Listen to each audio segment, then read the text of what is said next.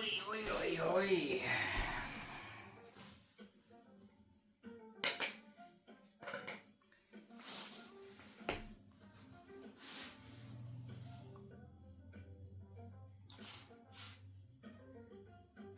So, what I have today is Gobocha, Gobo tea. Burdock root in English, cut up, dried. It's used in some other things in the world, like most notably there's a company called Fentimans. They do like Burdock cola kind of thing, but outside of the Japanese world, I really only know this as that. And inside the Japanese world, although I've had it as tea before, it's certainly more so experienced in like miso soup or a dish called kimpira gobo, which is like julienne gobo and carrots sort of stir fried together. So I wonder, it's been a long time since I've had it as tea, but I just brewed up some. I just making this video to put some thoughts down, when I can use this, what I should use it for, if this is brewed well enough. So this is 330 grams of water, 4 grams of gobo, boiling water, and 2 minutes 30 seconds to steep.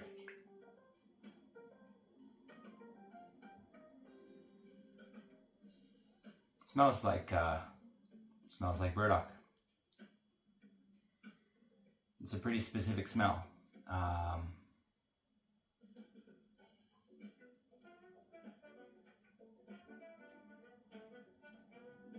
how can I do better than that?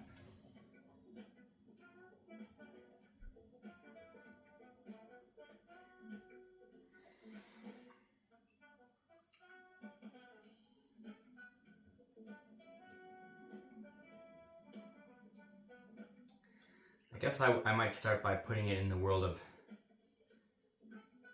ginger. Both of them are kind of like rhizomes.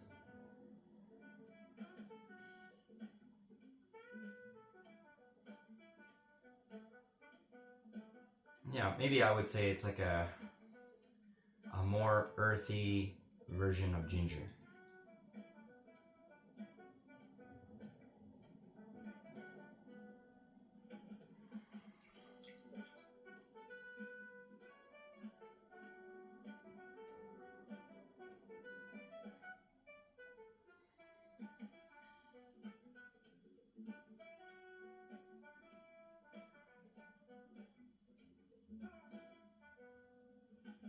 It smells so brown. Now, in a Japanese cooking sense, there's the basic ingredients they mix in different proportions to do different things, but like soy sauce, mirin, sake, sugar, and rice vinegar as the fifth.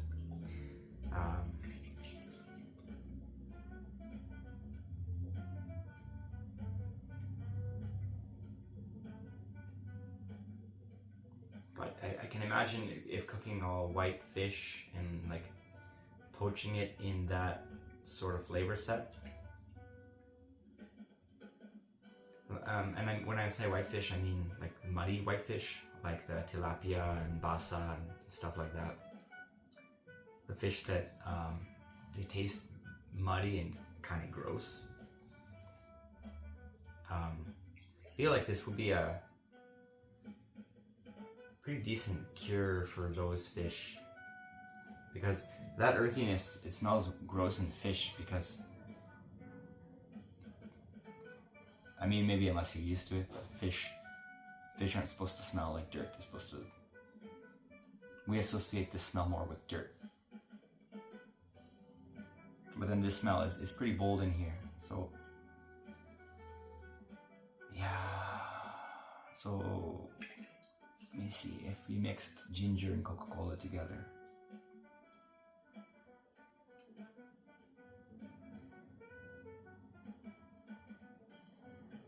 Ginger, Coca-Cola, soy sauce.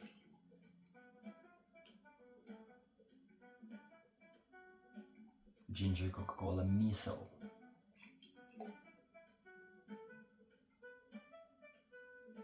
Soy sauce and miso both use koji. Maybe, is it koji?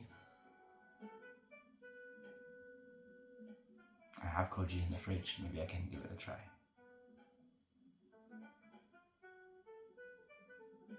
There's like a tree barkiness to it, but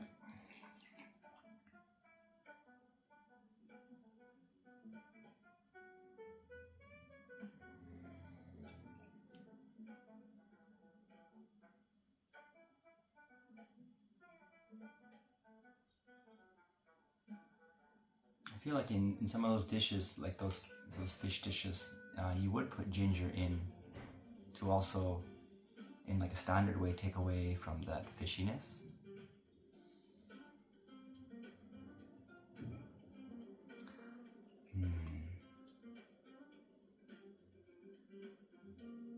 I feel like, yeah, if ginger was sapped of its like potency and then started to become earthy in that manner, I think this would be pretty close. Let's see the taste.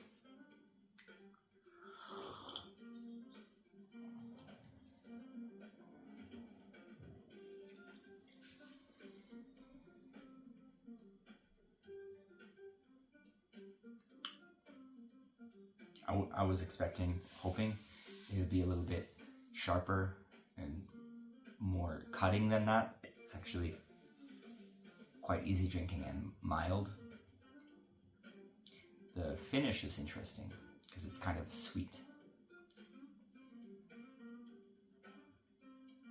in a hojicha kind of way.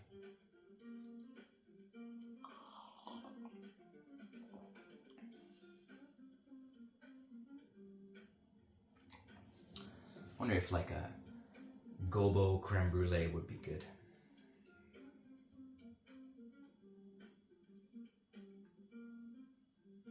Or anyway, candied gobo, thin slices of this, just with caramel, kind of.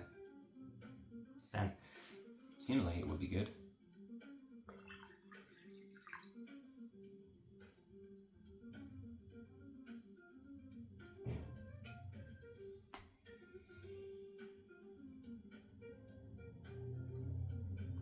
It's got a root beer kind of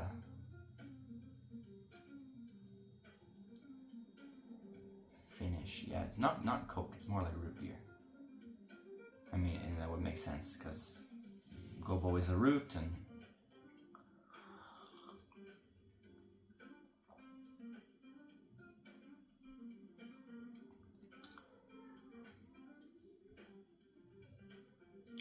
so ginger, root beer, and koji, if you mix them together.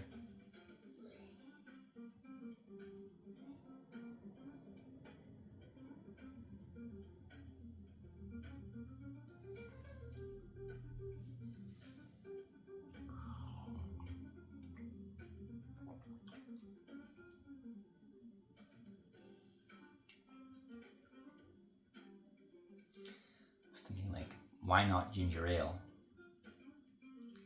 And I can see like a lot of parallels too.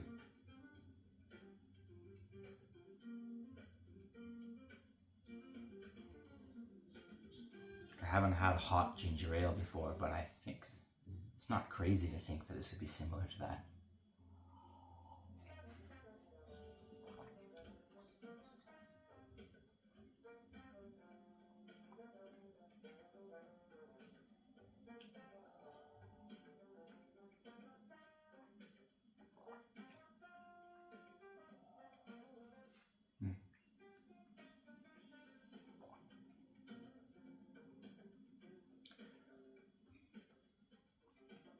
I don't think it's too weak. I don't think it's too light. I don't think it's unpleasant. I'd like to push it further and see, you know, with a little bit more potency, what it would become. I think that there's a good chance that I could like it more than this. But it doesn't really seem like it would need too much of a change from here. I would try maybe 20% in every category, 20% more time, 20% more strength, and kind of see how that goes. But overall, my impression of this is it's pretty interesting. It could make a good like mocktail syrup. It could make an interesting mocktail base, maybe. It could make an interesting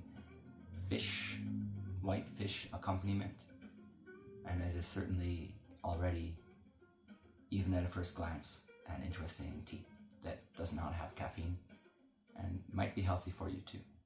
But anyway, that's it. Cheers. Cheese? Peace? Peace.